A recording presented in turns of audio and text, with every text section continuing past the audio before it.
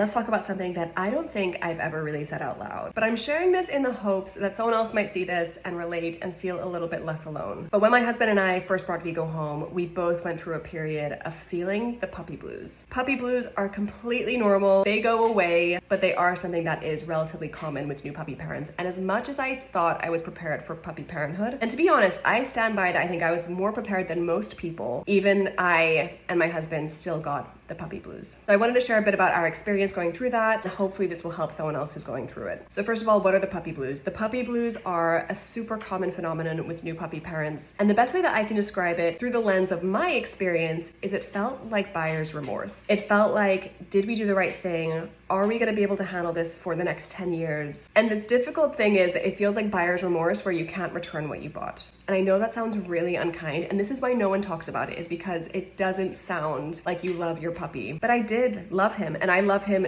now more than I've ever loved him before. But especially in those first few weeks, it was so hard. And I think there were a few different things that contributed to me feeling puppy blues. First of all was unrealistic expectations. I think that there's a perception that at least I had, that I would bring Vigo home and immediately we would be like soulmates and best friends. And the truth is, of course, that takes time to build. You have to have patience. You have to put the time in. It doesn't happen overnight. I think it's easy to project this image of the perfect puppy who's going to just immediately fit into your life like a missing puzzle piece. But actually, for your puppy to become that missing puzzle piece, it takes a lot of work and shaping of that dog, if you see what I mean. The next thing was lack of sleep. And let me also caveat this by saying that Vigo was super easy to potty train, super good with sleep training, but there was still a 2 to 3 week period where we were waking up. Correction, I was waking up 2 or 3 times a night to take him out just to make sure he didn't have an accident in his crate. And I remember at one point thinking, oh my gosh, I'm so tired. Disrupting my sleep 1 to 3 times a night for 5 minutes each time is really wreaking havoc on my mental health. I was just exhausted. I was grumpy. I wasn't thinking properly. And so especially if you have a puppy that's maybe harder to potty train or not sleeping as well as fast, I imagine this would be a million times worse. And of course you think to yourself, oh my gosh, I've brought this little thing into my family and now I'm not getting any sleep, and why did I do this? As an aside, if you're about to get a puppy or if you're going through that in terms of potty training or sleep training, check out Susan Garrett's podcast episodes on both of those topics, because we listened to them before we brought Vigo home and it made his potty training and sleep training so easy, and yet I was still exhausted doing the work that needed to be done. The next thing that surprised me a little bit, but it shouldn't have surprised me, was the feeling of a lack of freedom. I'll never forget my husband and I, maybe when Vigo was like 3 weeks home, 2 weeks home, we went out for the first time for lunch. We left Vigo in his crate, and I was sat at lunch with a glass of wine thinking, I never realized how much freedom I had until I got a puppy, and that freedom was gone. You can absolutely leave him at home for a few hours by himself, but it's not the same freedom of not having to worry about anything. And that really hit me and honestly made me feel sad. And when it came to training and socialization,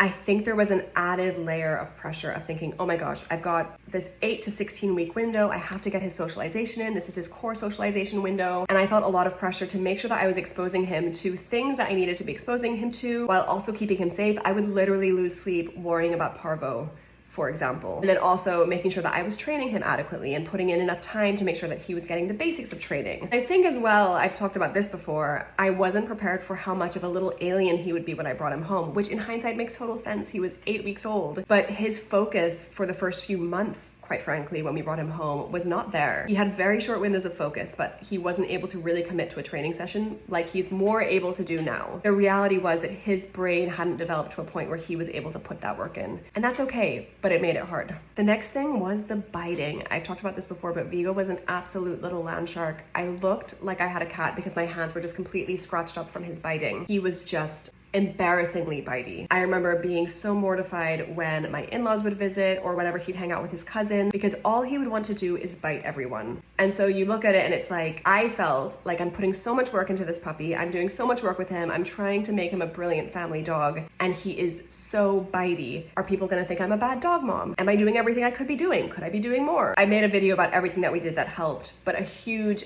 aspect of him becoming less bitey was him just getting older and his teeth falling out and him growing up. When you layer on top the lack of sleep and all the effort you're putting into this puppy, and then they turn around and all they want to do is bite you, it doesn't feel good. I look back at our first few months with Vigo, and there are some things that I'm so grateful we did, because I think my puppy blues would have been so much worse if we hadn't used an X-Pen, if we hadn't had a clear potty training and sleep training plan. Those were things that I think, yeah, would have made it harder for me. So if you're about to get a puppy, I highly recommend you think about those things up front. And it's funny because when I was going through the puppy phase, everyone told me, you're gonna blink and it's gone.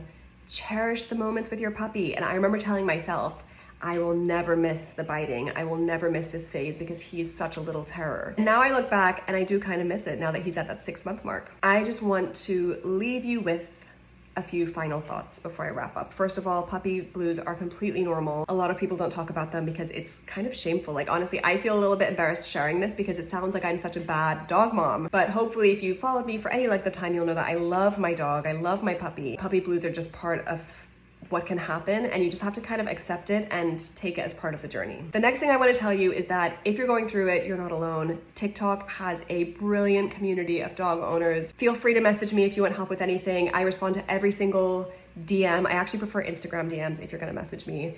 I respond to every comment. Just know that you're not alone and that it will pass. On this note, I'm creating a puppy community. More information coming soon, but if you want to pre-register for that and read more about what it's about, you can check out the link in my bio. But yeah, I hope that by me sharing my very honest experience with puppy blues, I hope it makes you feel less alone. And again, if ever you want to talk to someone about your puppy or have any questions about what we did with Vigo, please feel free to reach out to me. And just know that this phase will pass, and I promise you, as much as it feels like you won't, you will miss it.